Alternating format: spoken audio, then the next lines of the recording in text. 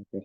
Yang terhormat Ibu Dr. Lili Melani SMSC dan halo buat teman-teman semua yang menonton.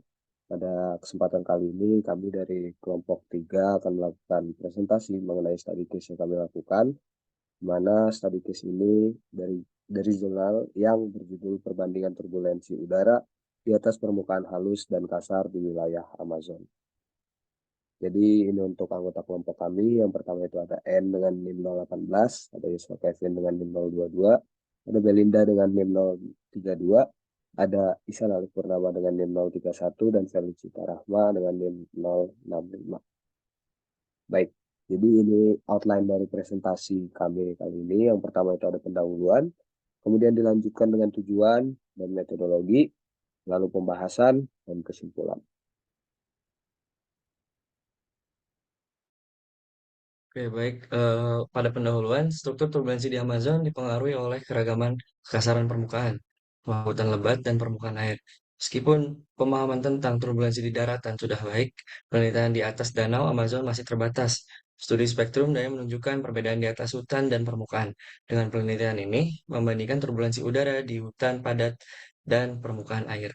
Data angin frekuensi tinggi dievaluasi untuk mendapatkan wawasan tentang regulasi turbulensi dengan harapan memberikan kontribusi pada pengembangan model parametrisasi di wilayah Amazon yang kompleks. Lalu pada bagian tujuan, yang pertama, eh, jurnal ini bertujuan untuk membandingkan karakteristik utama turbulensi di udara di dua tipe permukaan umum di wilayah Amazon. Hutan yaitu hutan yang padat atau permukaannya kasar dan permukaan air yang permukaannya halus. Lalu yang kedua mengevaluasi intensitas turbulensi spektrum daya dan skala temporal serta panjang EDS. Selanjutnya ada metodologi yang digunakan, yaitu menggunakan studi literatur dengan jurnal utama dan juga jurnal pendukung. Nah, data sekunder yang dari jurnal oleh Raoni et al. 2021 yang berjudul Perbandingan Turbulensi Udara di atas Permukaan Halus dan Kasar di Wilayah Amazon itu digunakan untuk mengolah data. Lokasi pengambilan data ada di Cuieiras Biological Reserve Manaus dan juga lokasi kedua di Kurwauna Hydroelectric Power Plant.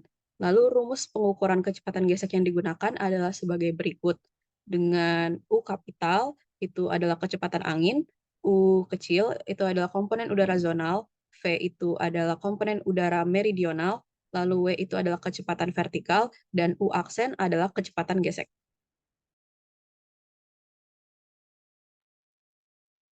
Turbulensi antara permukaan halus dan permukaan kasar salah satunya dipengaruhi oleh faktor kecepatan gesek.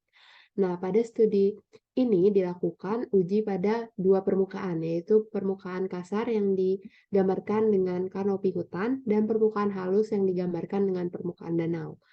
Perbandingan dilakukan berdasarkan waktu, yaitu pada siang dan malam hari.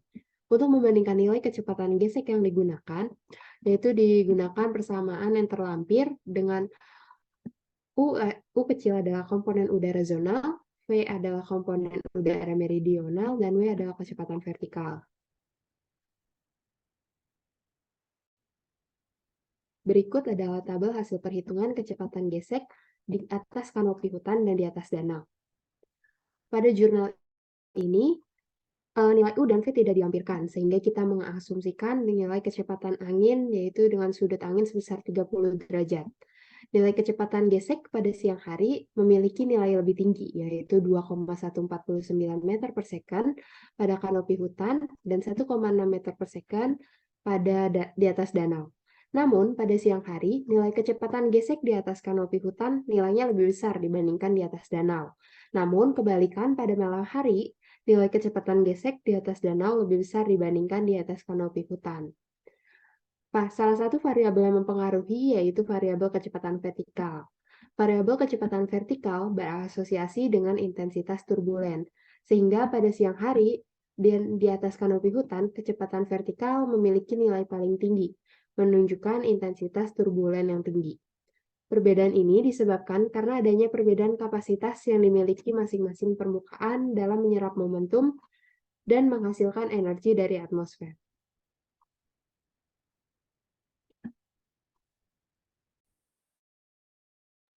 Selanjutnya ada faktor penyebab turbulensi udara. yaitu bentuk pohon, perbedaan topografi, dan suhu. Ketiga faktor tersebut menyebabkan pergerakan udara tidak stabil. Heterogenitas hutan dapat mempengaruhi efisiensi kanopi dalam menyerap momentum. Setiap lapisan yang mempengaruhi kekasaran dan lapisan kanopi dapat berpengaruh dalam turbulensi. Saat di atas danau, penyebab turbulensi cenderung disebabkan oleh faktor udara, sehingga kondisi lebih stabil dibandingkan turbulensi di atas hutan.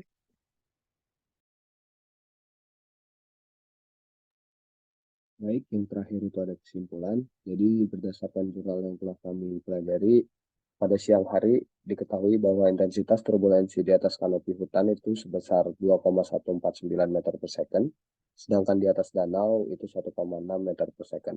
Dan pada malam hari, intensitas turbulensi di atas danau berlangsung terus-menerus dan menunjukkan nilai kecepatan gesekan yang lebih tinggi dibandingkan di atas kanopi hutan. Jadi dapat disimpulkan bahwa intensitas turbulensi di atmosfer dipengaruhi oleh perbedaan topografi dan stabilitas pergerakan udara. Dan kedua variabel tersebut saling berkaitan satu sama lain. Baik, berikut adalah beberapa daftar pustaka yang kami pakai pada study case kali ini. Dan kami ucapkan terima kasih untuk teman-teman dan Ibu Lili yang sudah memperhatikan presentasi kami pada kali ini.